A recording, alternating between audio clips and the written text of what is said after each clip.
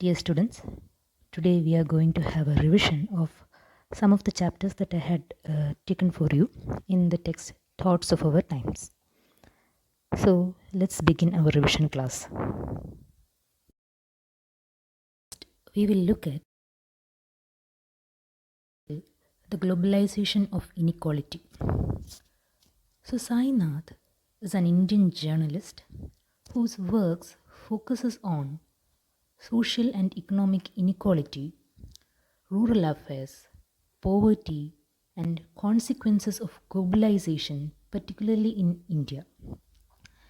He is the founder editor of an institution, an organization called PARI. It was a special initiative that he took forward, which is known as People's Archive of Rural India. Sainath has worked as the rural affairs editor of The Hindu prior to 2014. Sainath is a very famous journalist who has received a number of prestigious awards, but he has often rejected so many of them. Particularly, he declined Padma Bhushan that was awarded by Indian government. He was the winner of Raman Magsaysay Award in 2007, and he is the first reporter in the world to win Amnesty International's Global Human Rights Journalism Prize in its inaugural year 2000. So he won Raman Magsaysay Award in 2007, and he was the first reporter in the whole world to receive Amnesty International's award Global Human Rights Journalism Prize.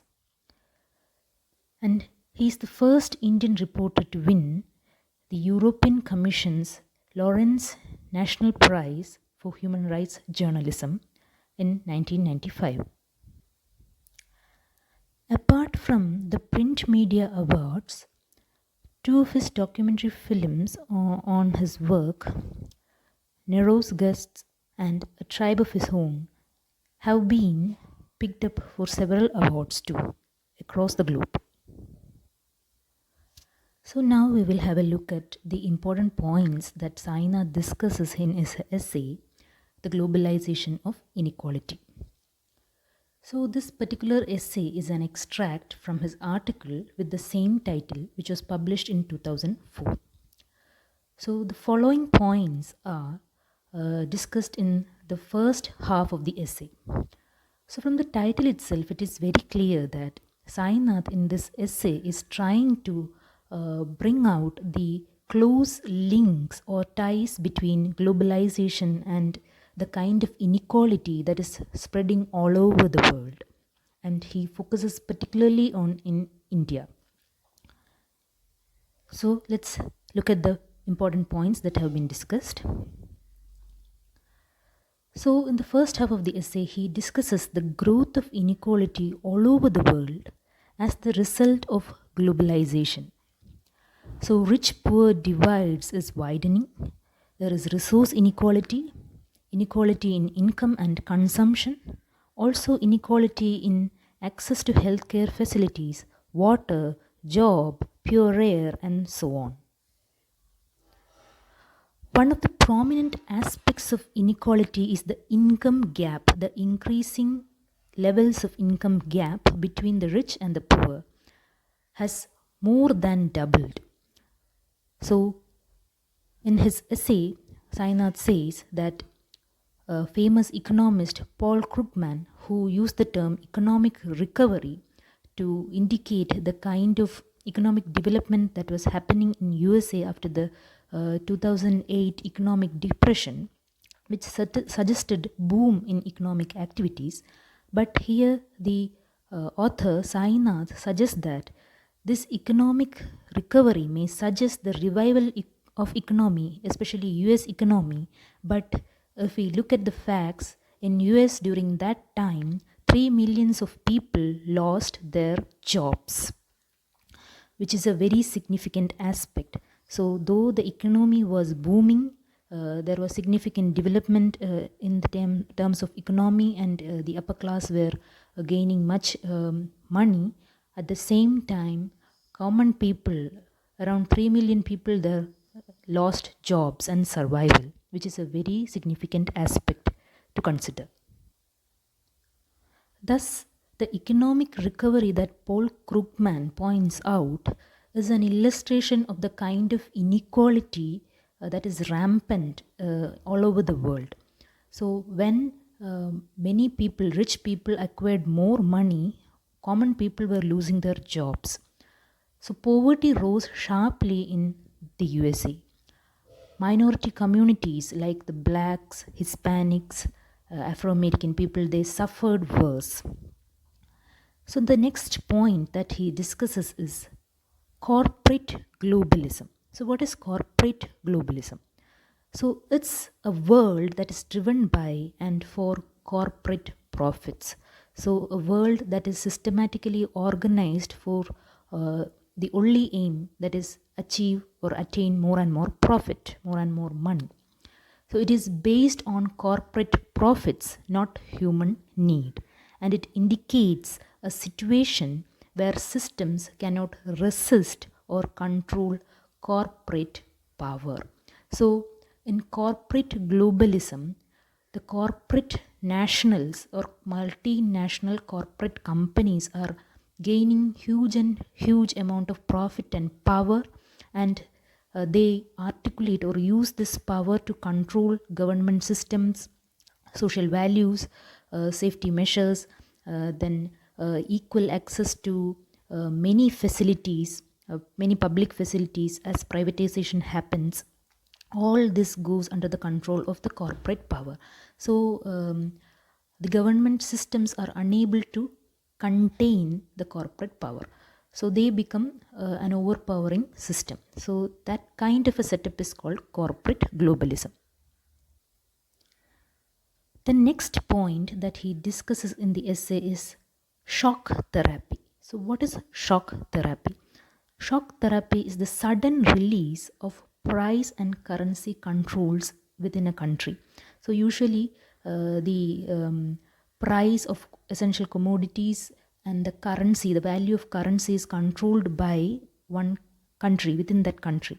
But suddenly this control is taken away, and global powers and other economic forums like IMF and other organizations, when they decide how the prices of essential commodities should be tagged, what is the value of currency, this kind of a sudden shift within a country is known as shock therapy.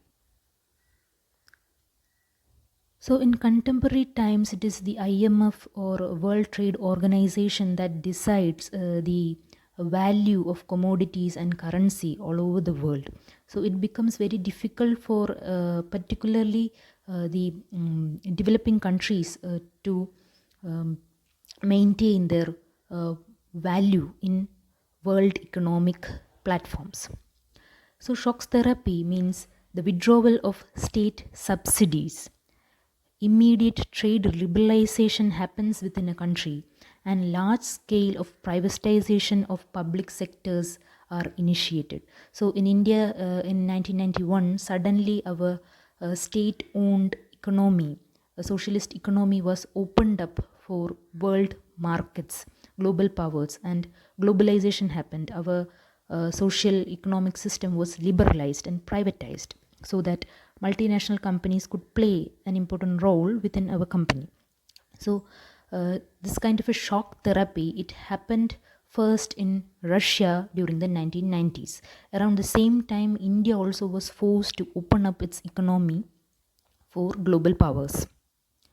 So this kind of a shock therapy, Sainath argues, created havoc in Russian economic system. Its stability was ruined. So the result of shock therapy was poverty skyrocketed in Russia. Rise in mortality rates were experienced. When poverty increases, people don't get enough food or money to survive, and mortality rates increase, that is, death rates increase, and high levels of distress among citizens were experienced. Next, he highlights the case of China. So, what happened in China after globalization? So, China was one of the most egalitarian societies in the world, but now it experiences severe rich poor divide. So, not only rich poor divide, but a huge chasm or gap is being experienced between the urban and the rural people, and corruption as well as prostitution is rapidly growing in China, which is a very dangerous situation in a country where corruption and prostitution increases. Both these areas are negative for the growth of a particular country. So, this is what China experienced after shock therapy or globalization. Next, he brings forth India's situation.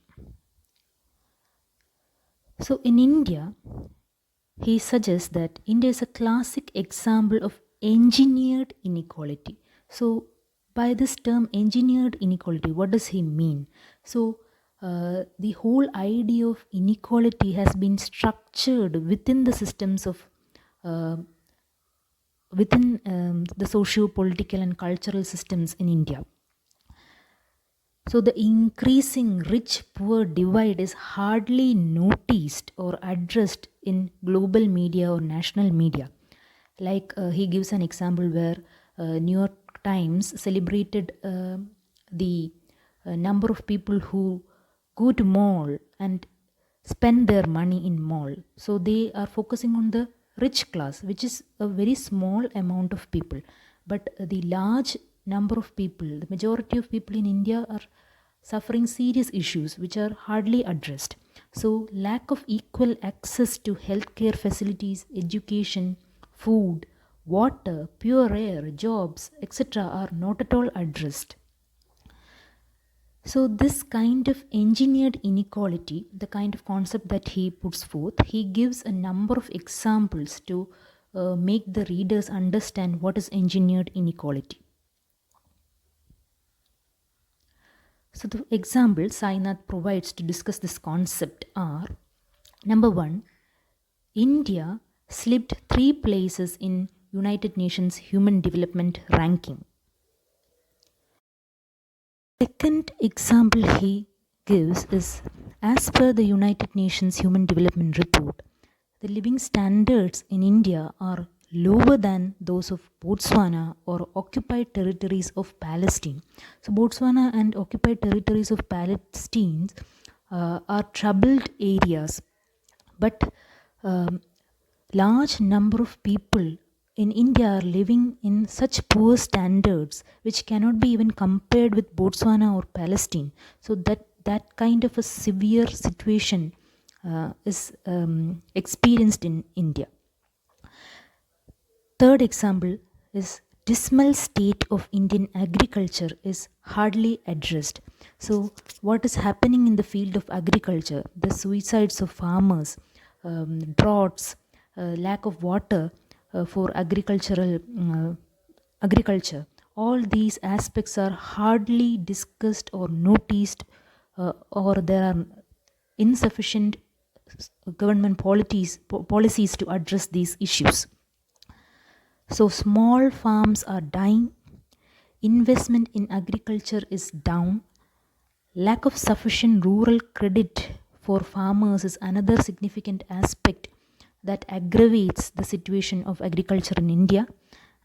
And another alarming fact is that per person food grain availability in India is the lowest. So we don't make enough food for the people living in India. So this is an alarming situation. Thousands of farmers are committing suicide every day. For instance, Anantapur farmers' suicides in Andhra Pradesh. The next example he gives is the higher rates of jobless people boost religious fundamentalism in India. For instance, the violence that happened in Gujarat in 2002, in those major riots, the rioters who participated in these riots, many of them were workers from the shut down textile mills.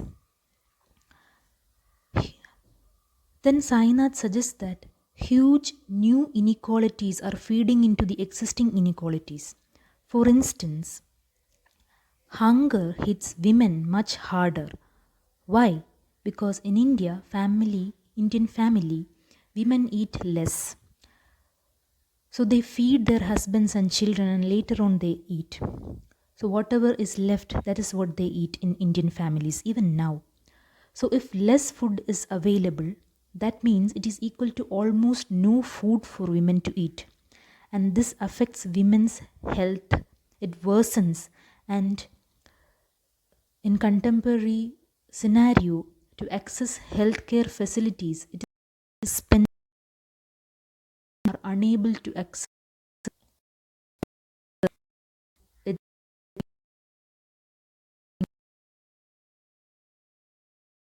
Public sector hospitals, schools, etc. are being closed down for luxury private sector facilities.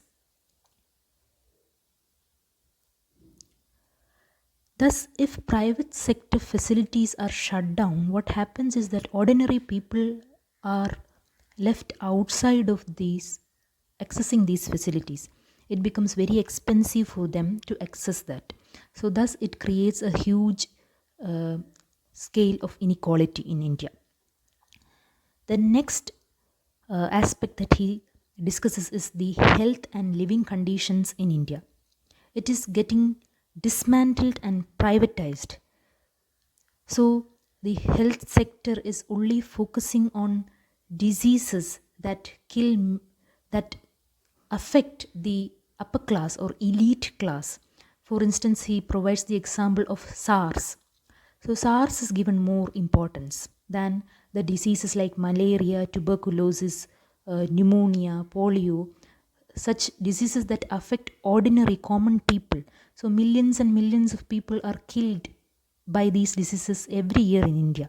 But these diseases do not get any attention that they deserve. Next point that he discusses in his essay is the military dimension. So here he is saying that many countries all over the world are focusing on expanding and increasing their military prowess, that is, military power. Large scale of military expansion by various countries results in huge wars, which will devastate the already imbalanced balance of the whole world.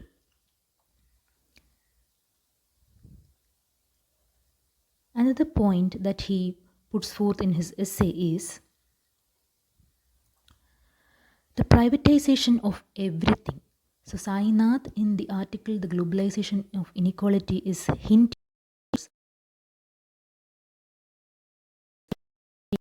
commodities, practices, cultures that we have in our everyday life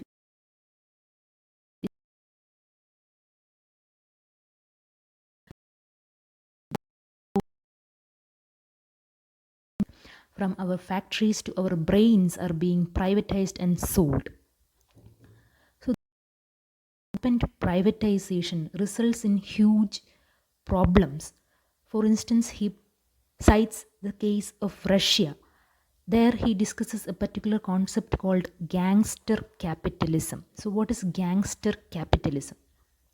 So due to lack of access to important essential facilities like education, healthcare, jobs, water, pure air, land, right to live, all these are by the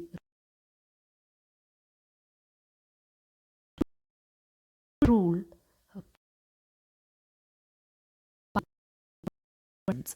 So gangster capitalism is such a situation where illegal people acquire or illegitimately people acquire a lot of power.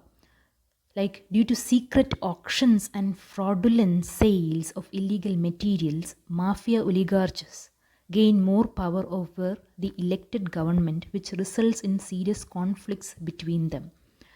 To simplify this concept is that how gangsters or gunda leaders or mafia leaders, they smuggle materials through corruption.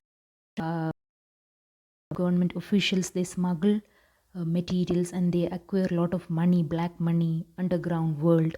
They acquire a lot of power and they try to uh, control the government systems prevalent in a country. So how the gangster community, the gangster lords and the government system fight each other for power, this kind of serious conflicts happen. This kind of a system is what Sainath means by gangster capitalism, where the gunda leaders acquire more power than our social institutions. So Sainath in his essay doesn't just give the kind of problematic situation that is existing not only in India but all over the world, but he's also providing some solutions to control, check or contain inequality. So one such solution is, if the rich and the upper class people channel the money that they spend on luxurious items, the money that they waste for unnecessary things, if they channel that money, they can provide lot of essential commodities, essential services to the ordinary common people who are needy. So the money that they spend on luxury products and services, if it is channeled properly, it can provide basic facilities for the needy all over the world. Another important aspect that he is the largely excluded communities like the poor, the marginalized, the minorities, and so on. So he suggests that forever the global corporate systems cannot exploit and oppress the marginalized people. They are responding. They to resist this.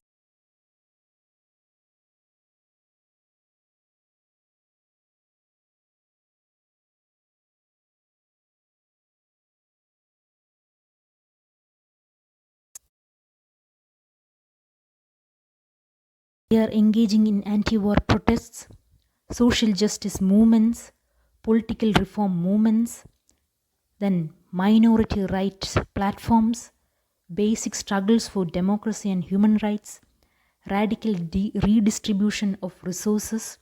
So all these kind of activities are actually gathering momentum to resist corporate driven globalism or exploitation, ruthless exploitation. So people from all over the globe is uniting to resist the corporate exploitation, and this is a very important aspect to rejoice. But Sainath says that there's a challenge in how people will channelize this kind of energy. So this is what the author means by the concept huge energies are now unleashed in the global arena. So the minority communities who are suffering for a long time, now they are reacting, they are resisting, they are protesting against this kind of corporate exploitation, and this has unleashed huge energies, and the challenge lies in how these energies are channelized for a common good. So that's how he ends his essay.